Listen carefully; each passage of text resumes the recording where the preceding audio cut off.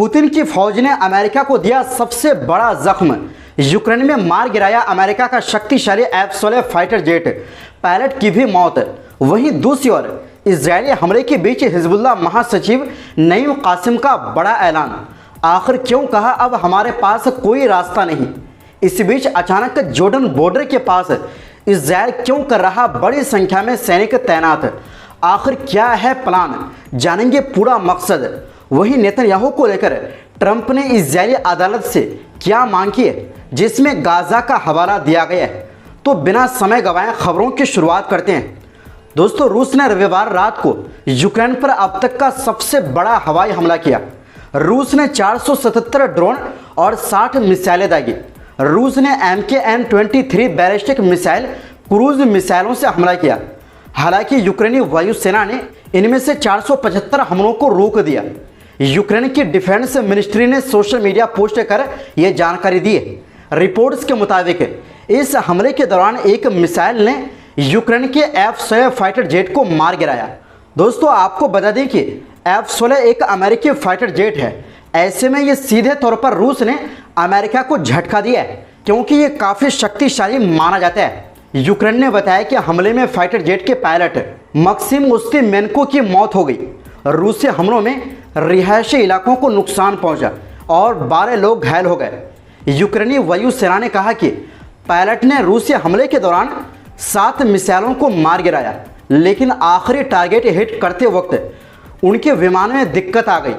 Pilot F-16 को आबादी वाले क्षेत्र से दूर ले गया, लेकिन वो समय पर विमान से बाहर नहीं निकल सका।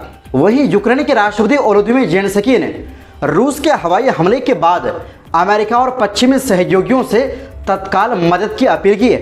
ज़ेलेंस्की ने एक्स पर लिखा, रूस ने घरों को निशाना बनाया। इस मिला में एक रिहायशी इमारत पर भी हमला हुआ, जिसमें एक बच्चा घायल हुआ। ज़ेलेंस्की ने अमेरिका से पैट्रियट मिसाइल सिस्टम खरीदने की मांग की है। हालांकि अमेरिकी राष्ट्रपति डोनाल्ड ट्रंप ने अभी तक यूक्रेन के लिए नई सैन्य मदद को मंजूरी नहीं दी है, लेकिन हाल ही में नाटो शिखर सम्मेलन में ज़ेलेंस्की से मुलाकात के बाद उन्होंने इस अनुरोध पर विचार करने की बात कही थी।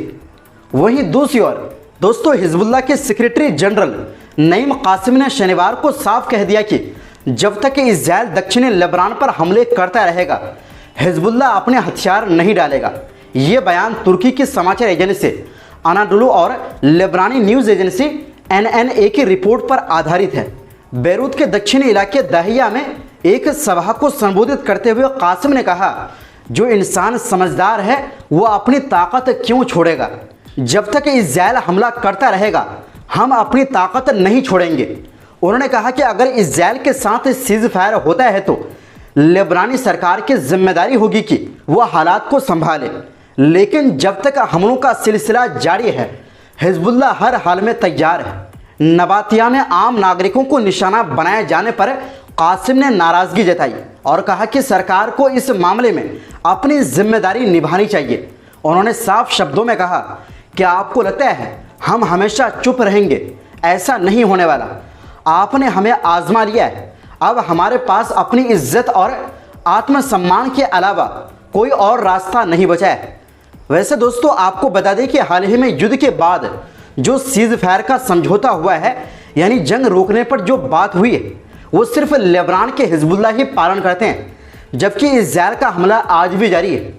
वो जब चाहे कहीं पर भी हमला कर देते हैं। मतलब सीज फायर सिर्फ एक तरफा लागू है, लेकिन फिलहाल तो यही लग रहा है हिजबुल्लाह इजरायल के खिलाफ हथियार उठाने से डरते हैं। दोस्तों, आपको बता दें कि हिजबुल्लाह पहले भी कई बार कह चुका है कि राष्ट्रीय संप्रभुता की रक्षा के लिए वो अपने हथियार नहीं छोड़ेगा। हालांकि लेबनान के कुछ बड़े नेता जैसे वालिद जुम्बलात यानी ड्रूज नेता प्रोग्रेसिव सोशलिस्ट पार्टी के पूर्व प्रमुख और समीर गिगिया यानी ईसाई नेता लेबनानी फोर्सेज पार्टी के अध्यक्ष ने कहा है कि हथियार केवल सरकार के पास ही होनी चाहिए, किसी निजी समूह या मिलिशिया के पास नहीं। हालांकि नवंबर में इजरायल और लेबनान के बीच एक युद्ध विराम समझौता हुआ था, लेकिन इसके बावजूद इजरायली फौज लगातार दक्षिणी लेबनान पर हमले कर रही है। इजरायल का दावा है कि ये हमले हिजबुल्लाह की गतिविधियों को रोकने के लिए है। इस युद्ध विराम के बाद भी इजरायल ने 3000 से ज़्यादा उल्लंघन किया है। इसमें 224 लोगों की मौत हुई और 500 से ज़्यादा घायल हुए हैं। समझौते के तहत इजरायल को 26 जनवरी तक पूरी तरह दक्षिणी लेबनान से हटना था, लेकिन इजरायल ने ऐसा नहीं किया और 18 फरवरी तक समय बढ़ा दिया। आज भी इजरायली सेना 5 बॉर्डर पोस्ट पर बनी हुई है। वहीं दूसरी ओर दोस्तों, इजरायली सेना ने रविवार को एक बयान में बताया कि उसने जॉर्डन के साथ लगती पूर्वी सीमा पर नई रिजर्व सैन्य यूनिट डिवीज़न 96 को तैनात कर दिया है। सेना के मुताबिक यूनिट का गठन इसी महीने 13 जून को ईरान के साथ शुरू हुई लड़ाई के बाद किया गया है। इसका मकसद सीमा की सुरक्षा को मजबूत करना और वहां तैनात सैनिकों की संख्या को दोगुना करना है।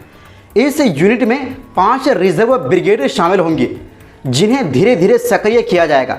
इजरायली सेना ने बताया कि पिछले हफ्ते गुरुवार को इस डिवीज़न ने आपातकालीन हालातों के लिए एक अभ्यास भी किया, ताकि अगर अचानक कोई हमला या खतरा हो तो उसका तुरंत जवाब दिया जा सके।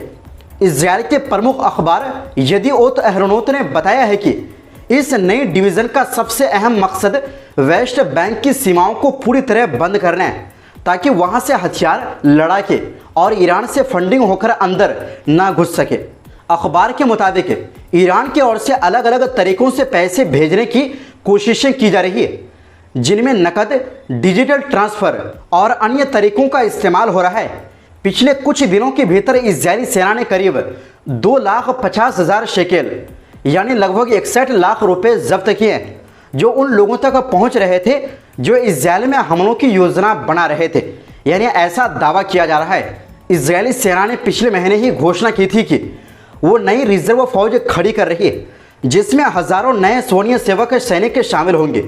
ये कदम गाजा में जारी युद्ध और संभावित नए मोर्चों को देखते हुए उठाया गया है, क्योंकि सेना को और ज़्यादा लड़ाकों की ज़रूरत है। इजरायल और जॉर्डन की सीमा लगभग 238 किलोमीटर लंबी है। जब से गाजा में युद्ध शुरू हुआ है, इजरायल ने इस सीमा पर अपनी मौजूदगी काफ़ी बढ़ा दी है। सीमा की निगरानी के लिए इजरायल AI टेक्नोलॉजी, ड्रोन और दिन रात काम करने वाले सेंसर्स का इस्तेमाल कर रहा है, ताकि किसी भी घुसपैठ या तस्करी को रोका जा सके। वहीं दूसरी ओर दोस्तों, अमेरिका के राष्ट्रपति डोनाल्ड ट्रंप ने एक बार फिर इजरायल के प्रधानमंत्री बेंजामिन नेतन्याहू के खिलाफ चल रहे भ्रष्टाचार के आरोपों को हटाने की मांग की है। उनका कहना है कि ये आरोप गाजा में युद्ध विराम की कोशिशों में रुकावट पैदा कर रहे हैं। यानी उनके बयान से साफ मालूम होता है कि नेतन्याहू सिर्फ अपनी सजा से बचने के लिए, यानी सिर्फ अपने फायदे के लिए युद्ध जारी रखे हुए हैं। दरअसल बेंजामिन नेतन्याहू पर साल 2019 में रिश्वतखोरी, धोखाधड़ी और भरोसा तोड़ने के आरोप लगाए गए थे। हालांकि उन्होंने इन आरोपों से इनकार किया है। इसी बीच इजरायल में बंधकों की रिहाई और युद्ध बंद को लेकर देशव्यापी प्रदर्शन हुए। मतलब इजरायल के हर शहर में ये मांग उठ रही है कि जंग बंद होनी चाहिए और सभी बंधकों को वापस लाना चाहिए। इजरायल के विपक्षी नेताओं ने इस बात पर जोर दिया है कि ट्रंप को इजरायल के न्यायिक मामलों में यानी अदालती मामलों में हस्तक्षेप नहीं करना चाहिए। साथ ही उन्होंने नेतन्याहू पर राष्ट्र की सुरक्षा के बजाय अपने व्यक्तिगत हितों को प्राथमिकता देने का आरोप लगाया है। वहीं इजरायल की एक अदालत ने राजनयिक और सुरक्षा मुद्दों के कारण प्रधानमंत्री की गवाही को 2 हफ्तों के लिए स्थगित करने के उनके अनुरोध को स्वीकार कर लिया है। प्रधानमंत्री को अपने खिलाफ चल रहे मामले में कोर्ट में गवाही देनी थी। तो दोस्तों, फिलहाल के लिए इस रिपोर्ट में बस इतना ही। आपसे गुजारिश है, हमारी सपोर्ट के लिए हमारे इस नए चैनल को सब्सक्राइब ज़रूर करें, क्योंकि आपकी सपोर्ट ही हमारी ताकत है। बहुत बहुत शुक्रिया। खुदा हाफिज़।